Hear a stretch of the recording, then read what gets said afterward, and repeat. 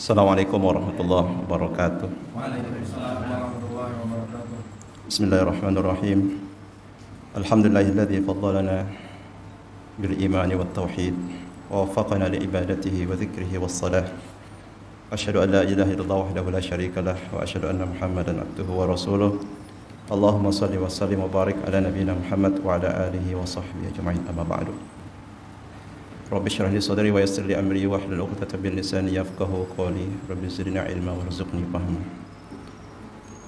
Alhamdulillah, kita syukur kepada Allah Subhanahu wa taala yang telah melimpahkan taufiknya kepada kita sekalian sehingga kita bisa melaksanakan ibadah salat maghrib berjamaah. Mudah-mudahan Allah Subhanahu wa taala menerima ibadah salat kita.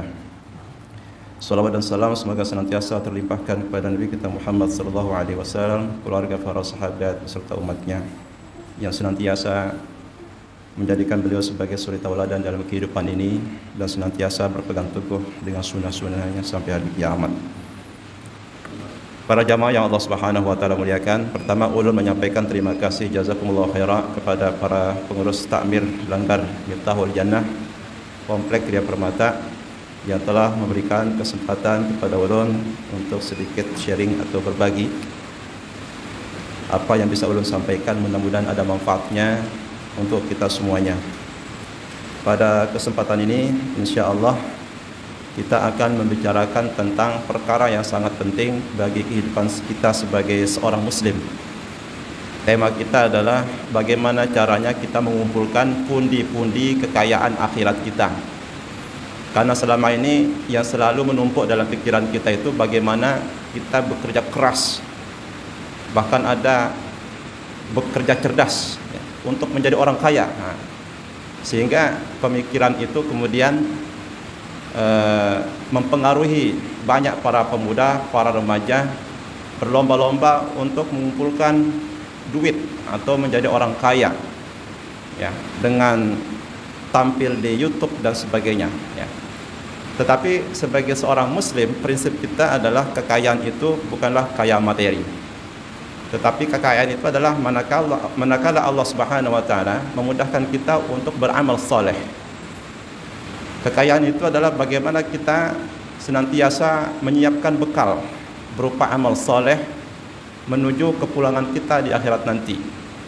Allah Subhanahu wa taala berfirman, "Faman zuhzi'a 'anil nar wa udkhilal jannah faqad faz." Ya, barang siapa yang dimasukkan ke dalam surga, dijauhkan dari neraka, maka dialah orang yang sebenarnya beruntung. Jadi orang yang beruntung itu adalah orang yang berhasil dengan taufik Allah banyak ya, memiliki simpanan pundi-pundi kekayaan akhirat melalui amal solehnya di dunia ini, sehingga dengan rahmat Allah dimasukkan ke dalam surga dan dijauhkan dari api neraka. Sedangkan dalam hadis Nabi disebutkan, laisal ghina an kathratil arad walakin al ghina ghinan nafs. Bukanlah kaya itu kaya harta, tetapi kekayaan yang sesungguhnya adalah kaya jiwa, yaitu memiliki jiwa yang qanaah, selalu merasa cukup dengan pemberian Allah Subhanahu wa taala, merasa cukup dengan dunia, tetapi dengan akhirat dia tidak pernah puas, atau dia tidak pernah merasa ya, sudah cukup, amal solehnya sudah banyak pahala ya. Jadi itu prinsip orang beriman itu, untuk urusan akhirat tidak boleh merasa cukup, tidak boleh merasa puas. Tapi untuk urusan dunia ya, kita harus senantiasa memiliki perasaan qanaah ya. Oleh karena itu Nabi sallallahu alaihi wasallam memberikan pedoman bagaimana supaya orang itu tidak kecewa dengan dunia ini, dengan nasibnya.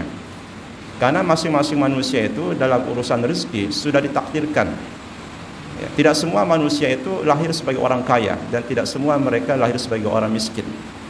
Seandainya semua orang kaya ditakdirkan, siapa yang akan menerima zakat, yang menerima sedekah, yang menerima hadiah? Karena semua orang sudah kaya dengan apa yang dimiliki. Demikian pula seandainya semua manusia itu fakir miskin, siapa yang bisa memberikan zakat? Ya, tidak ada, kecuali mereka akan menjadi mustahik semua. Oleh karena itu di antara hikmah ada orang kaya dan ada orang yang ditakdirkan miskin, supaya saling mengisi, saling melengkapi, dan saling membantu. Oleh sebab itu, banyak dalam hadis Nabi mendorong kita untuk saling menolong, baik dalam kebaikan dunia maupun dalam kebaikan akhirat. Ya, beliau mengatakan masalah urusan dunia itu kita melihatnya ke bawah. Ya, la tanturu, kata Nabi sallallahu alaihi wasallam, ya, unduru ila man huwa fawqakum. Kalau urusan akhirat, lihat ke atas. Lihat orang yang sangat bergegas, ya, menuju kepada akhirat. Orang-orang yang sudah melampaui, ya, melewati kita dalam urusan akhiratnya, kita lihat supaya kita terpacu untuk, ya, beramal. Lihat orang yang senantiasa menjaga, ya, sholat jamaahnya, menjaga amalan-amalan sunnahnya, sehingga kita terpacu. Oleh karena itu dalam sebuah kitab, ya, Ibnu Qayyim menyebutkan, kalau engkau melihat orang kaya melampauimu atau ada orang kaya mengalahkanmu dalam urusan kekayaan dunia ini, maka kalahkan dia dalam urusan akhirat. Kenapa? Karena mungkin saja kita tidak bisa mengejar dia dalam urusan dunia. Mungkin saja kita akan berujung pada kekecewaan. Ya, kalau kita tidak memahami prinsip, kita bisa saja kecewa, oh mau kejar seperti orang itu supaya menjadi orang kaya. Ternyata setelah 1 tahun 2 tahun, apalagi zaman sekarang ini banyak investasi bodong katanya. Pada akhirnya banyak orang yang berakhir dengan kekecewaan karena tidak menerima takdir Allah Subhanahu wa taala. Sehingga kita sering mendengar orang yang suka mengejar dunia, maka dunia akan semakin menjauh, sedangkan akhirat semakin tidak jelas. Sehingga bagaimana kita memperbaiki mindset kita, pola pikir kita, kejar akhirat, maka dunia akan dipermudah oleh Allah, akhirat pun akan jelas gitu. Maka pada kesempatan ini para ulama telah mengumpulkan ada 144 amalan, baik berupa gerakan, ya, amalan-amalan maupun berupa ucapan-ucapan yang bisa kita jadikan sebagai pundi-pundi kekayaan akhirat kita. Yang paling penting di sini adalah kita menjauhi segala bentuk perbuatan yang bisa menghapus amal-amal kita itu. Menjauhi kesyirikan, baik syirik besar maupun syirik kecil seperti riya, ujub dan sebagainya. Menjauhi perbuatan zalim kepada orang lain, baik terkait kehormatannya, terkait harta bendanya maupun yang lainnya, dan lain sebagainya. Karena percuma kita banyak beramal soleh, lalu kita terjerumus ke dalam tradisi-tradisi dan budaya-budaya kesyirikan. Misalnya adalah kita berziarah ke kuburan, yang pada hukum asalnya kita mengambil pelajaran tentang kehidupan akhirat. Kita mengambil nasihat untuk diri kita supaya kita, ya, pandai di dalam memanfaatkan umur yang Allah berikan ini untuk mengumpulkan, ya, pundi-pundi sebelum kita masuk ke alam barzakh begitu. Karena penyesalan orang tidak akan berguna ketika sudah meninggal dunia. Aduh, kenapa ya saya tidak bersedekah lebih banyak lagi? Sehingga orang soleh pun menyesal, kenapa tidak lebih gitu. Bersedekah 10.000, dia pasti kalau ikhlas dan kalau dia menjaga tauhid imannya dari segala bentuk kesyirikan sehingga amalnya itu terpelihara dengan baik, ya, pasti dia akan menemukan balasannya atas kebaikan 10.000 tadi. Cuman ketika diperlihatkan oleh Allah di akhirat nanti, ini pahala 10.000 kamu, di samping dia ada orang yang bersedekah 100.000, pahalanya jauh lebih besar. Dan Allah mengatakan kalau seandainya kamu berimpak lebih besar lagi, pahalamu akan seperti ini. Namun dia ternyata berimpak cuma 10.000 waktu di dunia, dia pun akan merasakan penyesalan. Iya, dia akan menyesal. Coba misalkan begini, kita mau berjumpa dengan orang yang kita jadikan sebagai panutan kita, fans. Katakanlah anak-anak muda yang ngefans dengan pemain sepak bola dunia. Ya, itu kan untuk bertemu mereka tidak gampang, harus pakai tiket mahal. Ya, ternyata misalnya ada cara khusus. Namun dia tidak dapat cara khusus itu, orang lain banyak mendapatkan yang untuk bisa bertemu dengan fans-fans itu. Dia menyesal, loh, kenapa saya nggak ikut si fulan? Kenapa nggak ikut si fulan? Maka untuk urusan akhirat, banyak manusia di akhirat nanti akan menyesal. Ya laitani, ya, kata Allah Subhanahu wa taala, ya, disebutkan dalam Al-Qur'an, aduhai kenapa saya tidak menjadikan si fulan itu sebagai panutanku. Ya, kenapa aku tidak mengikuti dia langkah-langkahnya. Ya. Ya laitani kuntu, kenapa aku tidak menjadikan mereka sebagai pengikut? Jadi manusia akan banyak menyesal. Yang Allah Subhanahu wa taala muliakan, di antara amal-amal ini sebenarnya kita sudah banyak menjaga amal-amal ini sangat ringan tapi berpahala besar gitu. Baik berupa ucapan maupun berupa tindakan ini, amalan-amalan alhamdulillah selama ini mungkin kita sudah jaga, tapi mungkin kita perlu tahu supaya kita termotivasi untuk selalu menjaga atau bahkan bila perlu meningkatkannya. Maka kita sebutkan beberapa keutamaan yang disebutkan dalam hadis-hadis yang sahih. Yang pertama, di antara amalan yang bisa menggiring kita atau mengantarkan kita ke dalam surga, yang pertama adalah membaca Al-Quranul Karim. Disebutkan dalam hadis riwayat Imam Tirmidzi, bikulli harfin hasanah wal hasanah bi asyri amsalihha. Ya, bahwasanya setiap huruf mendatangkan pahala dan setiap satu kebaikan dilipat gandakan menjadi 10 pahala, ya. Jadi satu huruf Al-Qur'an yang kita baca mendatangkan 10 kebaikan, ya. Satu pahala dilipat gandakan menjadi 10 pahala, ya. Bayangkan kalau kita baca Al-Qur'an satu ayat. Bagaimana kalau dalam sehari, ya, kita baca di rumah kita 50 ayat saja atau 10 ayat misalkan, tapi istiqomah.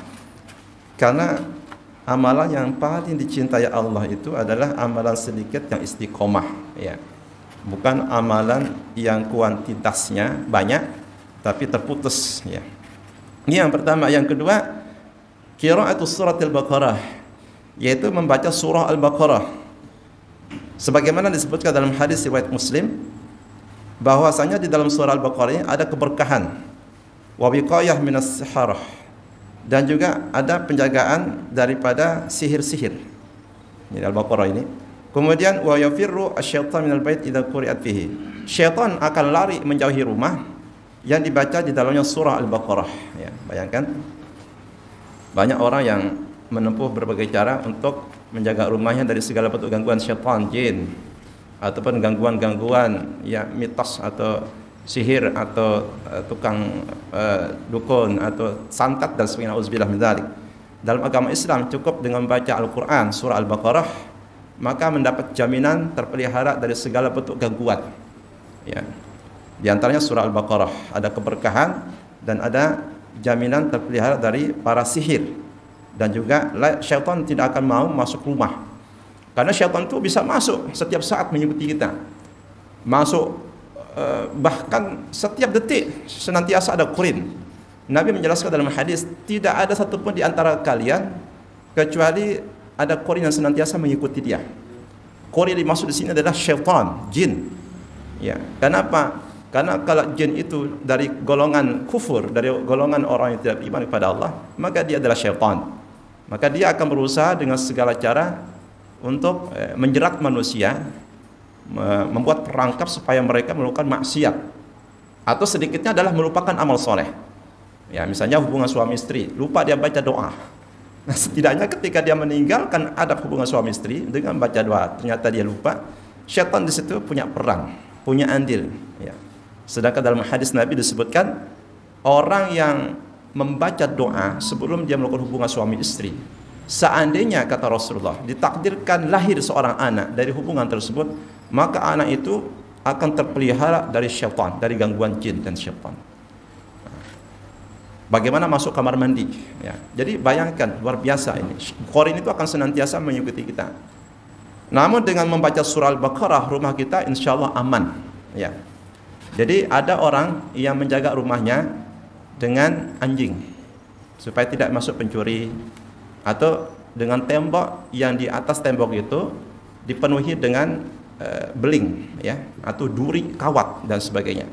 Tapi tidak banyak orang menjaga rumahnya dari syaitan, ya. Dia biarkan rumahnya dijaga dengan tembok, dengan kawat berduri, dengan anjing pelacak, tapi syaitan masih bisa masuk karena dia makhluk halus, ya. Tapi sebaliknya rumah itu meskipun tidak berpagar, ya, bahkan tidak ada pagarnya, bahkan tidak ada satpamnya, tidak ada anjing, karena memang dalam dalam ajaran Islam ya, anjing itu bisa mengurangi dan mengambil pahala kita setiap hari 1 qirat kalau tidak ada kepentingan untuk menjaga ladang kita. Maka rumah yang sederhana bisa terpelihara dari segala bentuk gangguan jin apabila penghuni rumah itu membaca surah Al-Baqarah. Kemudian yang berikutnya adalah membaca surah Al-Baqarah dan surah Ali Imran. Disebutkan dalam riwayat Muslim, kedua surah ini, Al-Baqarah dan Ali Imran, akan datang pada hari kiamat untuk membela orang-orang yang senantiasa membacanya. Jadi akan membela dia. Kalau hari ini kita membaca kedua surah itu menghabiskan waktu kita. Jadi artinya begini, dalam prinsip kita sebagai seorang muslim, tidak ada kata rugi ketika waktu yang kita miliki, kesehatan yang kita miliki, kita habiskan semuanya itu untuk amal soleh. Ya. Karena begini, kalau kita habiskan waktu kita, kesehatan kita menjadi korban untuk mengejar ambisi kita yang belum tentu tercapai, ya, yang terkait dengan masalah urusan dunia kita, ambisi duniawi kita akan rugi. Pertama, dunia tidak tercapai, yang kedua akhirat nggak dapat. Tapi kalau seandainya kita mengutamakan kejar akhirat dengan amalan sederhana, pertama udah pasti kita ada pahala, udah pasti itu, udah pasti udah. Dunia bagaimana? Allah jamin dunia. Karena dunia itu tidak mesti terlihat secara materi bentuknya. Karena banyak orang yang diberikan dunia secara materi, tapi hatinya nggak puas. Sebaliknya banyak orang yang meskipun secara materi orang lain melihatnya kekurangan, tapi hatinya kekayaan, penuh dengan kekayaan. Makanya dalam hadis Nabi tadi, laisal ghina an kathratil arad. Orang kaya itu bukan kaya materi, walakinal ghina ghina nafs. Tapi orang itu disebut kaya kalau dia kaya jiwa. Meskipun sederhana tapi dia sudah merasa puas, merasa bahagia. Dan kebahagiaan seorang muslim tidak terletak pada harta. Harta bisa saja menyenangkan, tapi belum tentu mendatangkan kebahagiaan. Jadi kebahagiaan dan kegembiraan, rasa puas seorang muslim yang dirasakan dalam hatinya manakala dia mengerjakan amal soleh. Ya. Tetapi dia akan merasa hatinya itu ya sempit, menyesal ketika dia jatuh dalam maksiat. Itu berarti ada tanda iman hidup. Maka kita periksa iman kita. Kalau kita beramal soleh, kita mendapatkan kebahagiaan, kepuasan. Setelah selesai mengerjakannya, maka berbahagialah. Itu pertanda Allah menjaga iman kita. Dan sebaliknya pada saat kita berbuat maksiat, kita merasakan kepedihan, kita merasakan nafsul lawwamah, yaitu nafsu yang senantiasa mencela dirinya. Apabila dia melakukan kemaksiatan, maka itu pertanda iman kita juga masih hidup. Ya. Ya. Jadi seperti orang sakit. Orang sakit ini kalau dia sakit kan tidak enak mau makan. Berarti kalau orang nggak enak makan yang enak, pertanda sakit. Nah, tapi kalau orang sehat, jangankan yang enak, yang tidak enak pun nikmat gitu. Berarti apa? Kalau ada orang makan makanan yang tidak lezat, tapi dia merasakan nikmat ketika makan, maka itu sehat tubuhnya. Demikian pula orang yang sehat imannya. Ya. Kalau orang yang sehat imannya, beramal soleh sederhana, terasa nikmat. Jatuh dalam maksiat kecil, dia merasa menyesal. Karena itu Al-Quran membagi nafsu itu, ada nafsu mutmainnah, ada nafsu al-lawwamah, dan ada nafsu ammarah. Nah, nafsu mutmainnah, nafsu yang penuh dengan ketenangan. Ya, karena di dalam hatinya senantiasa ada Allah. Atau dalam hatinya senantiasa ada ambisi untuk mengejar akhirat. Itu nafsu mutmainnah. Nah, ini balasannya, ya ayyatuhan nafsul mutmainnah irji'i ila rabbiki radiyatan mardiyah fadkhuli fi ibadi wadkhuli jannati. Kemudian ada nafsu lawwamah, nafsu yang mencela dirinya sendiri setelah pelakunya mengerjakan maksiat. Itu juga tanda keimanan.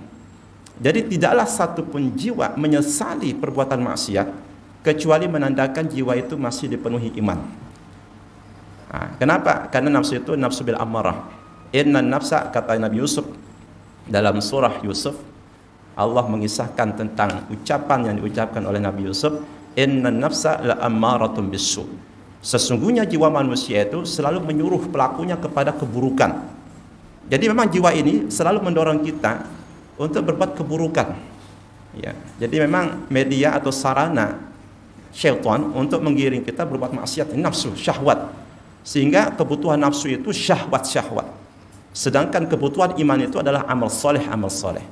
Sedangkan kebutuhan jasad, fisik badan kita, makanan, minuman, tidur, kerja, dunia. Nah, itu jadi masing-masing itu wilayahnya, domainnya ada kebutuhannya sendiri. Karena itu inti dari sebuah kekayaan berdasarkan ajaran Islam yang disebutkan oleh Nabi tadi bukanlah kaya materi, tapi kaya jiwa. Kemudian yang keempat, qira'atu ayatul kursi dubura kulli salatin maktubah. Membaca surah Al-Kursi setiap selesai dari salat fardu, ya. Disebutkan dalam hadis sahih Al-Jami'. Sahih Al-Jami' berarti kitab sahih Imam At-Tirmidzi. Kitab sahih Imam At-Tirmidzi sebutkan, ya, lam yamna'hu min dukhul jannah illa yamut. Tidak ada penghalang bagi dia untuk masuk ke dalam surga selain kematian. Jadi tinggal nunggu mati masuk surga. Sudah. Baca Al-Kursi, ya, istiqamah selesai salat fardu, ya. Astagfirullah, astagfirullah, astagfirullah, Allahumma tassalamika salam, Allahumma inna la taklika wa syukri wa tasbih, tahmid, takbir, tahlil. Saya baca surah Al-Kursi, insyaallah seandainya dia mati, ya, keluar dari mushola, misalkan yang sudah tiba ajalnya, misalnya, insyaallah itulah yang akan membuka pintu surga. Karena kita kalau masuk surga, ya mesti mati, ya. Karena kalau nggak mati, ya mungkin surga dunia, ya. Surga istri yang solehah, ya. Surga dunia, ya. Kemudian qiraatul ayatin al-akhirati min surat Al-Baqarah. Membaca 2 ayat terakhir surah Al-Baqarah. Berarti 285, 286. Yang dimulai dari aman Rasul sampai la yukallifullahu nafsan illa wus'aha. Ya. Disebutkan kafatah tilkal lailah anil qiyam atau kafatah al-makruh wasyarr fi tilkal lailah. Apa kelebihannya? Dia pada malam hari itu kalau dia membaca 2 ayat terakhir Al-Baqarah ini sudah cukup bagi dia, ya, sudah cukup mewakili dari amalan, ya, qiyamul lail. Jadi kalau seandainya kita bangunnya subuh, ya, kebiasaan kita bangun tahajud, tapi kita baca 2 ayat terakhir Al-Baqarah ini, insya Allah sudah cukup, sudah bisa menggantikan, ya, qiyamul lail yang kita tinggalkan, ya. Atau dengan makna lain, dia akan terpelihara dari sesuatu yang tidak diinginkan atau dari keburukan pada malam hari itu. Apa yang kita takutkan pada malam hari di rumah kita sebelum kita pergi beristirahat di kamar? Kita mengkhawatirkan ular misalnya. Kita takut jin. Ya, kita takut suara apa suara.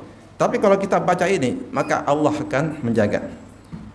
Jadi sekarang tinggal bagaimana keyakinan kita, ya, kepada Allah, itu aja. Ya, keyakinan kepada Allah Subhanahu wa taala. Kemudian berikutnya adalah membaca surah Al-Kahfi pada hari Jumat. Disebutkan dalam Sahih Al-Jami'. Sahih Al-Jami' berarti kitab Imam At-Tirmidzi, ya. Disebutkan dalam Sahih Al-Jami' kitab Imam At-Tirmidzi, ya, adha'a lahu minan nur ma bainal jum'atain wa ma bainahu wa baina al-baitil atiq. Dia akan mendapatkan cahaya dari Jumat itu ke Jumat berikutnya. Jadi 1 pekan lamanya dia akan diterangi dengan cahaya, ya. Wa ma bainahu wa bainal baitil atiq, dan cahaya yang akan menerangi dia antara rumah dia dengan Baitul Atiq, Mekah, Ka'bah.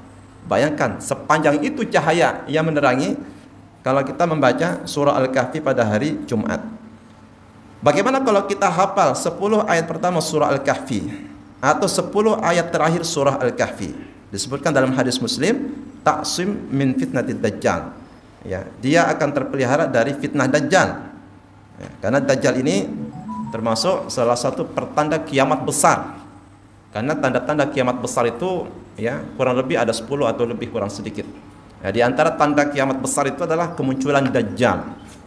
Karena itu dianjurkan kita membaca sebelum salam berlindung dari 4 perkara. Allahumma inni a'udzubika min adzabi jahannam, min adzabil qabri wa min syarri fitnatil masiihid dajjal. Ya Allah, aku berlindung kepada Engkau min adzabil qabr, dari siksaan kubur, wa min fitnatil mahya wal mamat, dari fitnah hidup dan mati, wa min syarri fitnatil masiihid dajjal, dan dari fitnah dajjal. Karena apa? Dajjal ini luar biasa. Dajjal ini diberikan oleh Allah Subhanahu wa taala kemampuan yang bisa, ya, manusia mempertuhankan Dajjal. Hari ini kita kalau manusia melihat para pesulap, ya, kelas dunia, misalkan David Copperfield, ya, hari ini dia mengatakan hilang, nanti dia muncul di negara mana, itu kan bikin manusia wow gitu, yakin. Itu belum seujung kuku dari kemampuan Dajjal. Karena disebutkan dalam hadis Nabi, Dajjal diberi kemampuan oleh Allah menurunkan hujan. Dajjal diberi kemampuan oleh Allah sebagai ujian bagi orang beriman, ya, untuk menjadikan suatu kampung, ya, menjadi kering seketika yang nggak beriman sama dia, atau sebaliknya yang beriman sama dia maka berubah kampung itu menjadi kampung yang hijau, sejahtera, makmur, ya, asal beriman saja sama dia, ya. Jadi kemampuan Dajjal yang luar biasa, ya, luar biasa, sehingga kita jangan pernah berharap, kata Nabi, mau ketemu Dajjal, mau nantang, nggak bisa, ya. Jangan sampai kita, walah, Dajjalnya apa sih, jangan tantang Dajjal. Cuman kalau udah ketemu Dajjal, bacakan di depannya surah ini, apa, 10 ayat pertama surah Al-Kahfi atau 10 ayat terakhir surah Al-Kahfi, bacakan depannya. Kalau seandainya ditakdirkan bertemu dengan Dajjal, ya. Tapi mudah-mudahan kita berlindung jangan ketemu Dajjal, karena mungkin takut kita nggak kuat gitu, nggak kuat. Uang banyak juga masyarakat ini yang kemudian ketika melihat sesuatu yang dianggap oleh mereka itu mukjizat ataupun karamah, mereka banyak langsung percaya. Wah, ini Fulan masih hidup, ya, langsung percaya, ya. Bagaimana dengan Dajjal? Itu bukan percaya lagi, beriman langsung seketika. Sehingga kita jangan, ya, hati manusia itu lemah, ya. Kata Imam Hasan Al-Basri, al-qulub dha'ifah wasyubuhat khatafah. Hati manusia itu lemah, ya, tetapi fitnah-fitnah itu begitu menyambar. Manusia ini lemah, sebab kalau sudah melihat, ya, pengaruh yang besar, kita bisa tunduk, ya. Coba kita misalnya bagaimana cara menolak orang yang bagus sama kita, ya, namun dia punya keyakinan rusak.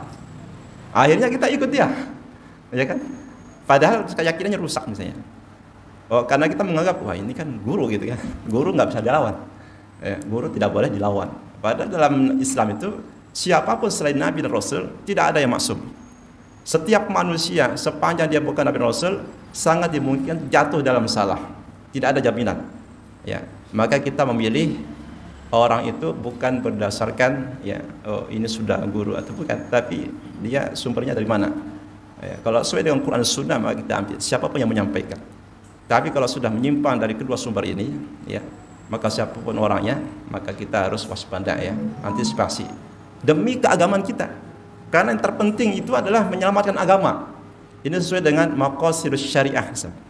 Maqasidus syariah atau tujuan syariat Islam itu diturunkan itu ada 5. Yang pertama, hifdzuddin, menjaga agama kita. Jangan sampai keyakinan akidah kita rusak, jangan sampai amalan kita rusak itu. Oleh karena itu ada syarat-syaratnya supaya amalan kita itu terpelihara, tidak dirusak. Pertama, akidah kita harus lurus. Tidak boleh, ya, tercampur dengan akidah-akidah yang menyimpang. Ya. Yang kedua, dalam beramal kita harus sesuai dengan tuntunan sunnah Nabi. Karena siapa lagi yang mau kita ikuti kalau bukan Nabi? Kalau seandainya kita masing-masing, ya, ikut kemauan diri kita atau ikut kata si fulan, kata si guru fulan, untuk apa Allah mengutus Nabi Muhammad SAW? Untuk apa? Nggak ada gunanya kalau begitu. Ya. Nabi diutus supaya diikuti, ya. Supaya diikuti. Karena Nabi, kan apa? Karena memang sebagian manusia ini untuk mengikuti sunnah Nabi itu berat. Berat bukan pada mengikuti sunnahnya.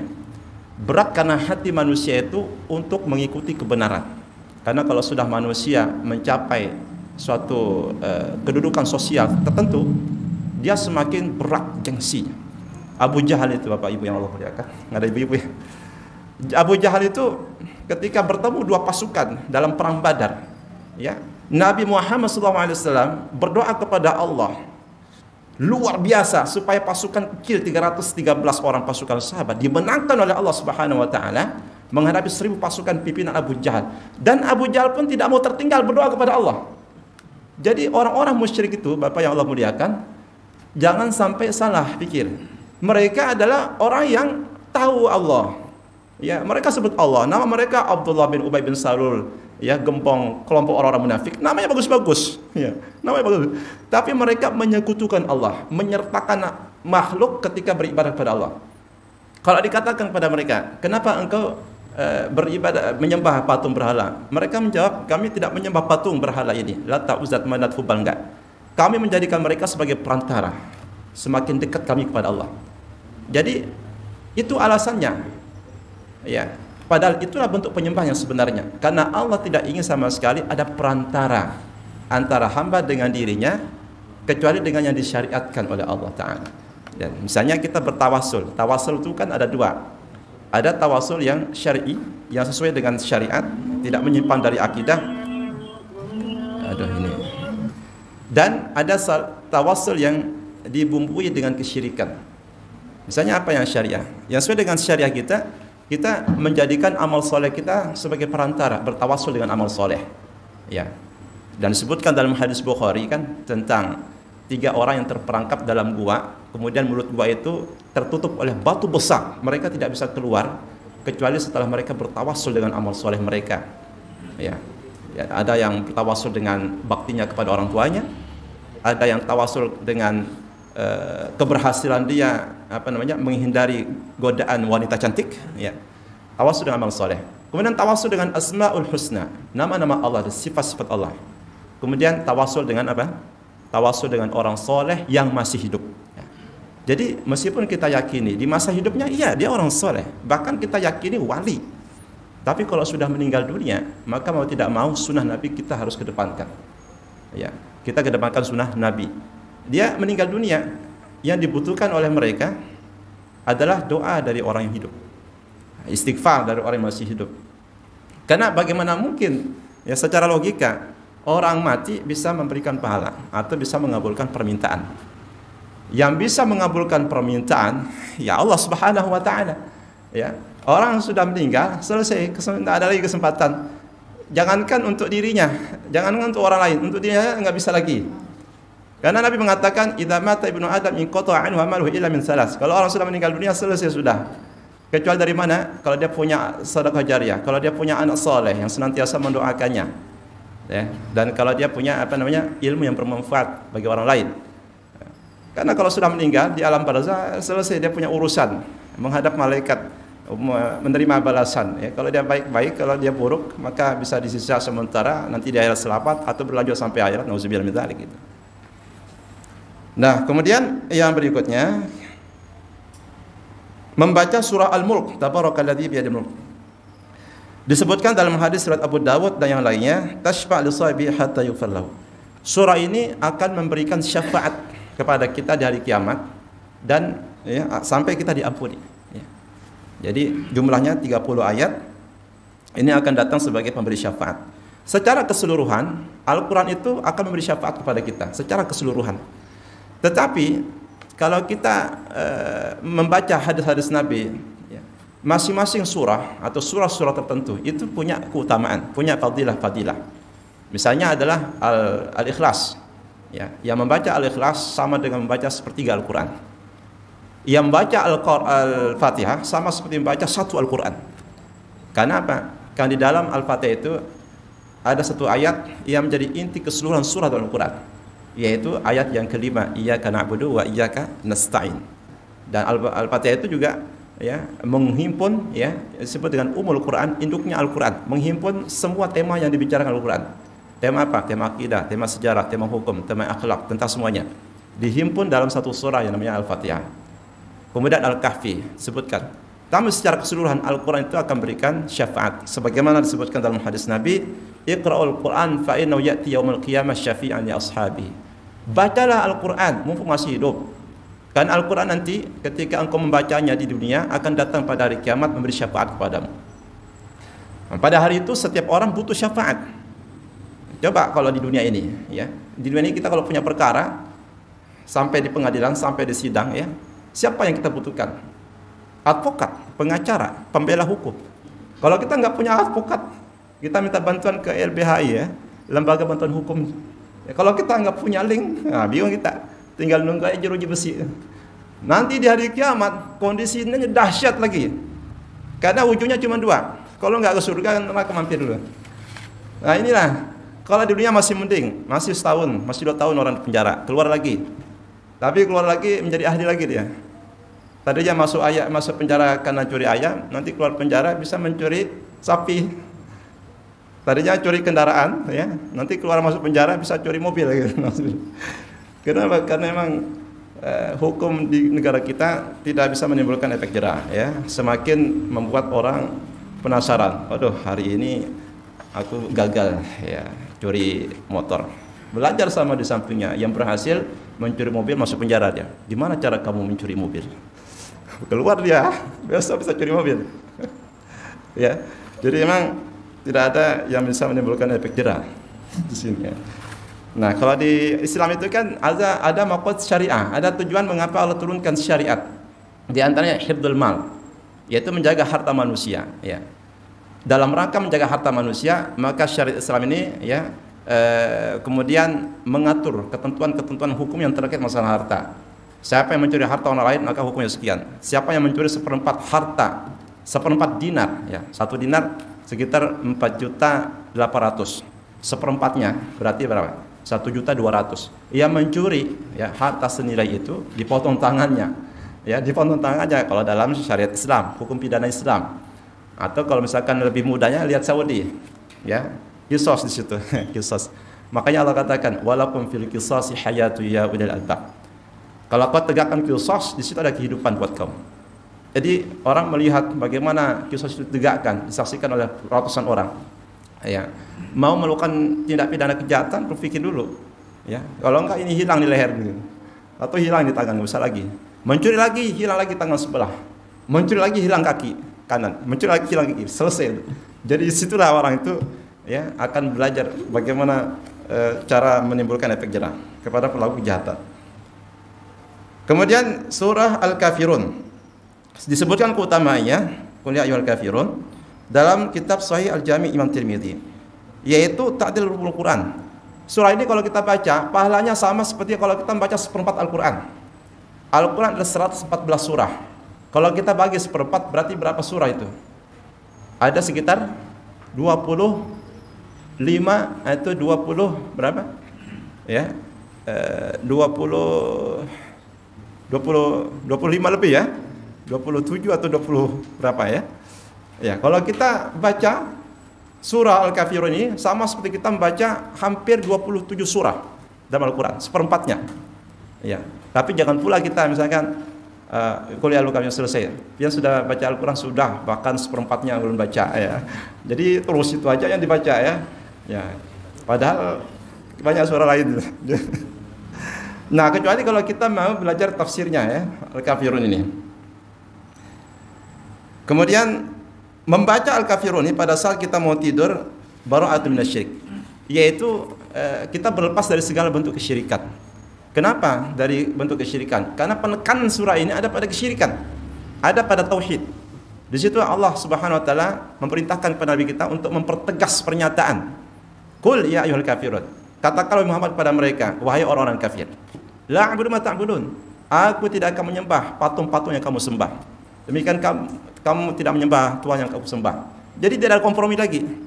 Antara kebatilan dengan yang hak sudah selesai, jelas. Qad tabayyana rusydu minal ghayy, kata Allah. Jelas mana yang petunjuk, mana yang sesat. Mana yang lurus, mana yang menyimpang. Itu sangat jelas. Ya. Jadi Allah mengatakan faman syaa'a falyu'min wa syaa'a falyakfur. Yang mau beriman, pilih beriman silakan. Yang mau pilih jadi orang kufur, silakan pilih jalan menjadi orang kufur. Jadi tidak ada paksaan. Karena Allah memberikan kebebasan kepada manusia ini hidup mau apa saja. Mau hidup seperti malaikat bisa, mau hidup seperti orang baik bisa, atau mau hidup seperti binatang juga bisa. Cuman sudah dijelaskan, inna a'tadna lidh-dhalimina naran ahata bihim suradiquha. Ya, orang-orang yang zalim di dunia, termasuk mereka orang yang enggak mau beriman atau mereka disuruh taat tapi enggak mau taat, itu sudah disiapkan oleh Allah nanti di hari kiamat, naran, neraka yang dikelilingi pagarnya itu sudah tidak bisa keluar lagi. Ya, kalau penjara di dunia orang masih bisa mencari jendela, ya kan?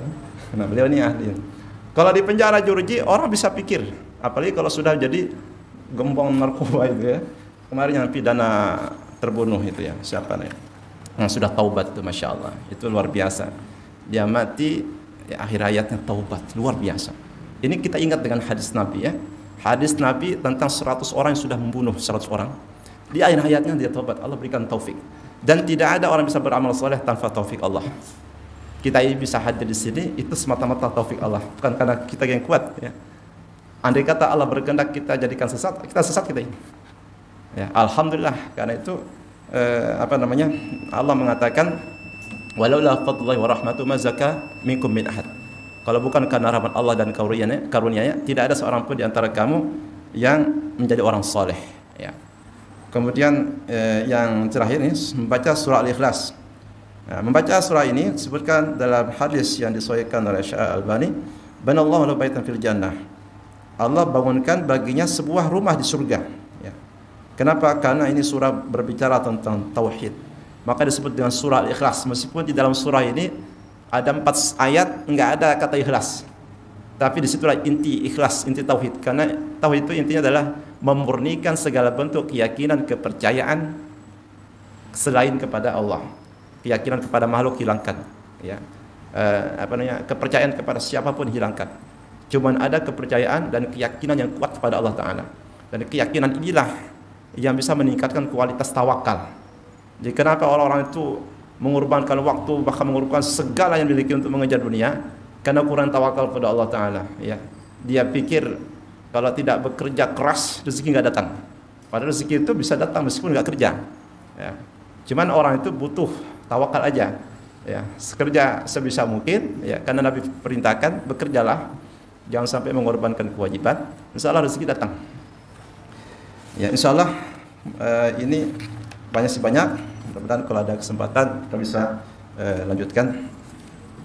Kita akhiri dengan doa kafaratul majelis. Subhanakallahumma bihamdika asyhadu an la ilaha illa anta astaghfiruka wa atubu ilaik. Wallahu a'lam bissawab. Wassalamualaikum warahmatullahi wabarakatuh.